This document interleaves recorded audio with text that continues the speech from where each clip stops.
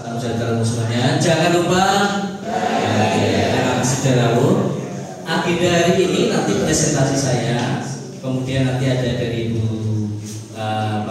pengawas bina, kemudian dari info dari panitia manajemen. Kita akan mulai. Yang hormat Ibu pengawas bina, Bu Sumasi, SPD MPD, teman-teman semuanya yang saya kasihi. Terima kasih sudah hadir hari ini. Hari ini adalah pemenuhan pengelolaan kinerja kepala sekolah.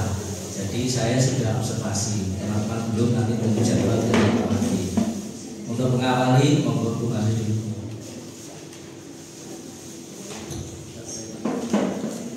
Assalamualaikum warahmatullahi wabarakatuh.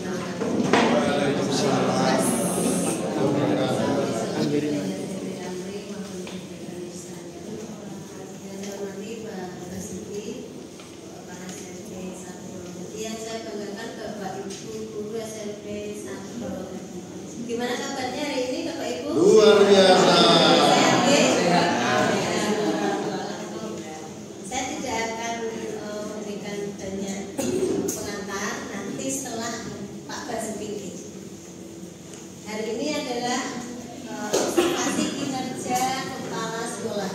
Ini salah satu tahapan yang dilakukan oleh tim kerja dinas. Jadi dalam hal ini masih sebagai tim kerja dinas, yang diberi tugas oleh Bapak Kepala Dinas untuk membantu melaksanakan observasi kinerja kepala sekolah. Karena waktunya terbatas Bapak Ibu, segera kita mulai. Mohon Bapak Ibu bisa mengikuti dengan baik dan tertib. Nanti jika ada kesempatan untuk panjenengan memberi tanggapan atau pertanyaan, mohon bisa ditanggapi Bapak Ibu ya. Jadi nanti di akhir presentasi Pak Bas akan meminta untuk masukan atau tanggapan. Itu saja dari saya. Observasi kepala sekolah yang pertama, temanya pun apa? Temanya apa? Oh betul, terima kasih. Jadi temanya komunitas belajar untuk meningkatkan kualitas pembelajaran. Ya, jadi peningkatan kualitas pembelajaran melalui komunitas belajar.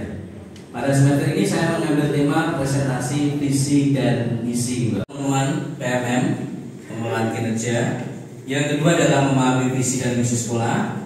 Yang ketiga adalah meningkatkan kualitas pembelajaran. Kenapa kita mengambil yang ketiga ini? Karena ini berdasarkan dari. Nah, ini adalah visi. Visi adalah gambaran jangka panjang tentang apa yang ingin dicapai sebagai panduan umum. Atau kalau orang boleh menyebutkan dengan cita-cita. Visi. Visi itu penglihatan akan masa depan. Televisi dengan penglihatan yang jarak jauh. Ya, jadi visi adalah pandangan gambaran jangka panjang tentang yang ingin dicapai. Ini visi. Sedangkan misi adalah pernyataan yang menggambarkan tindakan. Jadi kalau ini lebih mengarah kepada action, tindakan, strategi, dan pendekatan. Diartikan juga proses tahapan yang harus dilalui. Jadi untuk mencapai sebuah visi maka dibutuhkan tindakan yang dinamakan dengan misi. Actionnya itu di misi. Kualitas pembelajaran. Nah ini kata kunci yang ketiga. Mutu atau nilai baik buruk suatu kegiatan interaksi antara guru dan siswa.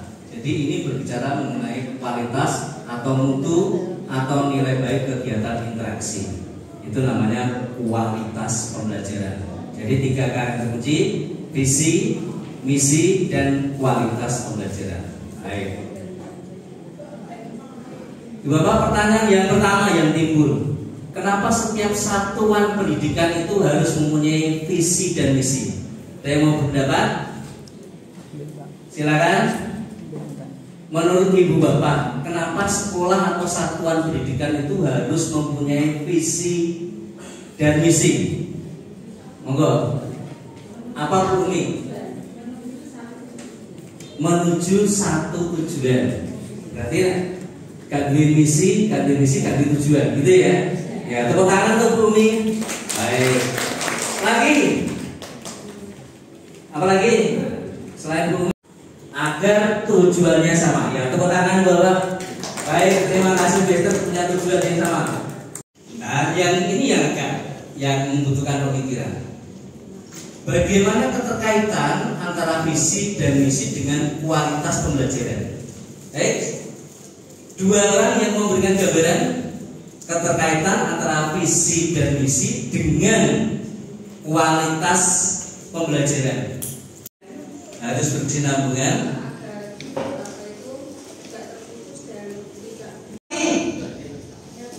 Satu lagi, bapak-bapak belum. Buahnya ya. Dengan adanya visi dan misi dari sekolah, maka tujuan pembelajaran itu akan jelas dan bisa meningkatkan atau kualitas pembelajaran. Oke, luar biasa, tepuk tangan ya. Jadi memang diperlukan visi dan misi untuk kualitas pembelajaran ya. Baik. Nah, nanti pertanyaan itu akan terjawab ya, Pak. Ya. Bagaimana keterkaitan visi dan misi dengan kualitas pembelajaran? Ini rapot kita tahun 2024. Sudah pernah saya paparkan waktu komunitas belajar. Ya.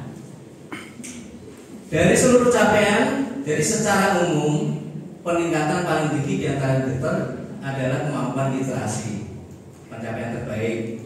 Kemudian pencapaian terendah itu adalah metode. Ini Bapak, kita baik, turun baik, baik naik, ini baik tapi turun nilainya. Dari pertama literasi, numerasi, kemudian ini karakter. Kemudian untuk keamanan mengalami nilainya baik tapi penurunan, ya. Kebinekaan nilainya baik tetapi mengalami kenaikan. Ya, ini yang menjadi prioritas kita. Kualitas pembelajaran sedang. Ternyata akar masalahnya itu di metode pembelajaran. Baik, salah satu peningkatannya. Nah, setelah kita cari akar masalahnya, di samping itu di metode, kita mengalami penurunan di dalam penilaian visi dan misi satuan pendidikan. Jadi di rapor pendidikan kita, misi satuan pendidikan itu turun 9,17, mengalami penurunan. Maka hari ini selain tombol yang pertama saya pakai, yang kedua adalah untuk visi dan misi atau sosialisasi visi dan misi. Hari ini kita akan melakukan paparan atau tinjauan visi dan misi yang selama ini sudah pernah kita pakai. Masih ingat tahun berapa dibuat di Pawati, tahun berapa Pak? Sudah 10 tahun lebih. Visi yang terakhir, visi dan misi. Visi yang terakhir baru revisi 2 tahun yang lalu. 2 tahun ya, visinya ya. Visi misi semuanya. Visi dan misi semuanya. Baik, 2 tahun ya, berarti sudah direview 2 tahun. Nah, ini visinya Bapak. Ingat semuanya ya. Ada 4 komponen. 1, unggul dalam prestasi. Yang kedua, berbudi pekerti luhur. Yang ketiga, pedulikan. Yang keempat, berwawasan global. Nah, sekarang ini visi dan misinya. Kemudian indikatornya. Indikator adalah panduan untuk mengukur ketercapaian visi. Melalui indikator ini. Ya. Unggul dalam prestasi akademik non akademik. Bapak bisa mencermati ini indikator tolok ukur dari pencapaian visi sekolah kita. Adapun misinya, kalau yang tadi itu ada 13 indikator, sedangkan untuk misi ini ada 12 indikator. Mengembangkan kurikulum yang luas, melaksanakan pembelajaran, budaya prestasi, peningkatan kompetensi, pengembangan diri, nilai baik. Pertanyaan yang pertama Bapak, apakah visi sudah sesuai dengan perkembangan zaman? Monggo ya Bapak. Ini visinya. Salah satu adalah sesuai dengan perkembangan zaman. Menurut Ibu Bapak, visi yang kita punyai itu apakah sudah sesuai dengan perkembangan zaman? Ada yang mau usul? Monggo Pak. Oke. Terima kasih Pak. Jadi untuk visi Bismillah. Visi sekolah kita meskipun ini adalah visi yang sudah diperbarui, untuk sekarang ini kita mesti pakainya dasar yang sama adalah SKR kita itu harus sesuai dengan profil pelajar Pancasila. Dan kebetulan dengan visi sekolah kita yang unggul dalam prestasi, berbudi pekerti luhur, peduli lingkungan dan berwawasan global, ini sudah mengarah ke 6 dimensi yang ada di profil pelajar Pancasila. Jadi sudah sesuai. Terima kasih, tepuk tangan Bapak. Jadi kita sepakat tidak ada perubahan pada visi dan misi karena sudah sesuai dengan perkembangan zaman. Apalagi dalam kurikulum merdeka, ya, di mana profil pelajar Pancasila sudah masuk di situ, baik dalam segi prestasi maupun dalam karakter di berbudi pekerti yang luhur ini. Jadi kita sepakat itu. Yang kedua, apakah indikator visi itu sudah tepat? Kami tayangkan lagi. Lihat di Bapak ada 13 indikator. Yang pertama unggul dalam prestasi. Ini apakah indikatornya sudah ada? Kemudian berbudi pekerti luhur. Apakah ada indikator atau kalau di sini peduli lingkungan dan wawasan global? Ada usulan di Bapak? Monggo.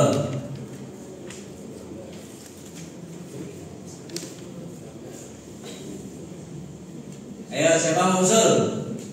Siapa mau berpendapat? Dari 13 indikator yang ada di visi kita itu, apakah sudah menunjukkan bahwa ini indikator untuk pencapaian ini, untuk mengukur? Monggo. Ada yang usul? Ya. Ya, yang paling banyak itu yang nomor 1 ini, unggul dalam prestasi. Yang kedua berbudi pekerti luhur. Yang mana ini Bapak? Nomor berapa? Nomor 10.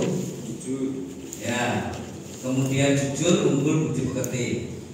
Peduli lingkungan nomor 11, 12. Nah, pertanyaan saya, sing iki ndi?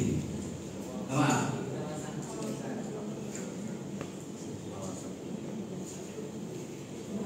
Nah, yang ini yang mana? Iya. Berwawasan global itu artinya mempunyai cara pandang terhadap perkembangan zaman atau di era globalisasi ini. Kan wawasan itu kan cara pandang. Coba Ibu Bapak, sudah ada kan? Kalau Bapak Ibu ada budi pekerti nomor 10, lingkungan itu nomor 11, 12. Nah sekarang yang wawasan global ini.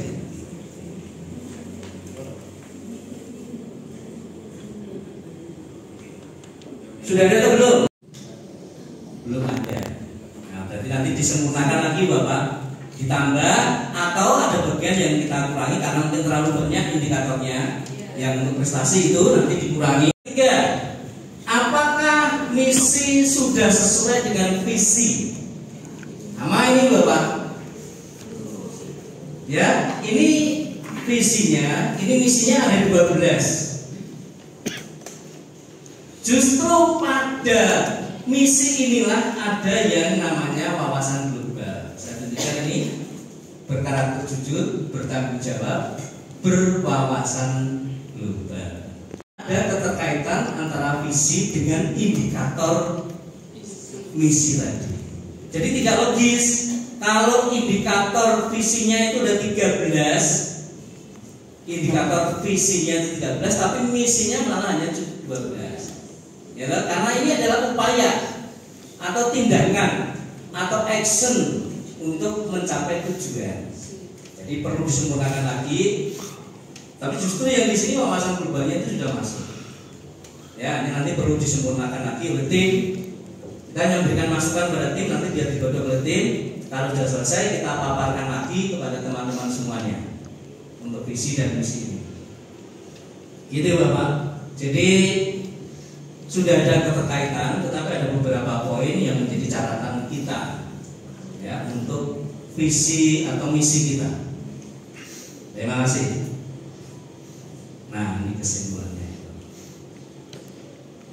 Jadi kesimpulannya itu visi dan misi sebagai acuan utama dalam merancang pembelajaran yang berkualitas. Yang disampaikan Bu Ani ya Bu ya. Jadi visi dan misi itu menjadi acuan. Ketika Bapak Ibu membuat rancangan pembelajaran atau kalau sekarang dikenal dengan modul ya, membuat modul ajar, itu harus melihat visi dan misi kita. Jadi visi dan misi kita itu menjadi acuan utama dalam merancang pembelajaran. Supaya apa? Supaya nanti terjadi peningkatan kualitas pembelajaran. Nah begitu Bapak yang bisa saya sampaikan pada paparan visi dan misi. Tapi ini baru tahap awal, kajian mula-mula. Nanti akan dikaji oleh tim kurikulum. Setelah nanti ada kajian tim kurikulum dipaparkan lagi. Ya tidak apa-apa, setiap tahun kita revisi untuk visi dan misi kita. Sebelum saya ini Bapak, saya minta refleksi dari Bapak 2 atau 3 teman untuk kegiatan di hari ini sebelum nanti saya serahkan kepada Bu Pengawas masing. Monggo yang mau refleksi dari Ibu 1 atau dari ada ibu-ibu dari Bapak. Saya mulai dari yang paling muda sendiri. Siapa sih paling enam? Oh Bu.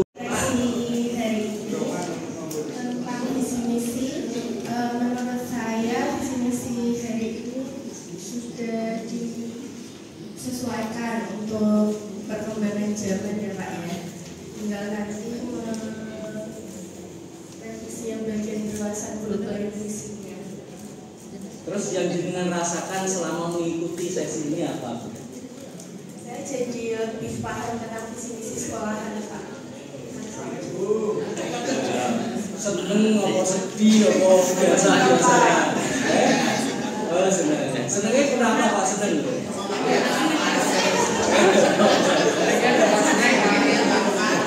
Sudah ya. Oke, perkenalkan dulu lah. Refleksi untuk kegiatan pada pagi hari ini. Tadi kita sudah melihat visi dan misi dari sekolah. Kemudian ada beberapa bagian yang perlu kita revisi karena ada indikator visi yang belum sesuai dengan visi yang ada. Untuk perasaan dari pada pagi hari saya senang sekali Pak. Ternyata teman-teman juga tadi antusias sekali dalam mengikuti kegiatan. Saya pun juga gitu Pak.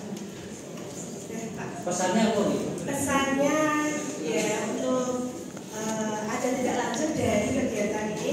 Kemudian tadi yang ada beberapa hal yang perlu direvisi bisa segera tidak lanjuti begitu Pak. Tepuk tangan dulu Pak. Baik. Tidak nanti sampai saat ini. Sekarang ya dari bapak-bapak yang paling sepuh. Akhirnya untuk adik-adik kita akhirnya tahu bahwa sesungguhnya visi dan misi itu tidak selalu tetap. Harus kita sesuaikan dengan perkembangan zaman, di mana ada suatu peningkatan dan lain-lain. Nah, terlebih itu bagaimana untuk mencapai visi dan misi itu mengimplementasi pada cara mengajar. Nah, itu kemarin jalan-jalan, loh, mereka mengajar lah itu. Ini atau makan takut. Nah, seperti bagaimana kita untuk mencapai suatu tujuan itu, pertama kali itu kita sebagai pengajar untuk memotivasi anak didik kita. Tapi kita harus ingat bahwa anak didik kita tidak sama seperti kita dan semuanya tidak sama. Ada yang namanya diferensiasi. Ada yang senang, eksak, ada senang sosial, ada yang senang musik dan lain-lain. Maka sebaiknya kita harus pandai-pandai bagaimana kita mengarahkan siswa untuk mencapai cita-citanya, terlebih untuk visi dan misi sekolah kita. Itu saja Pak Bas, terima kasih.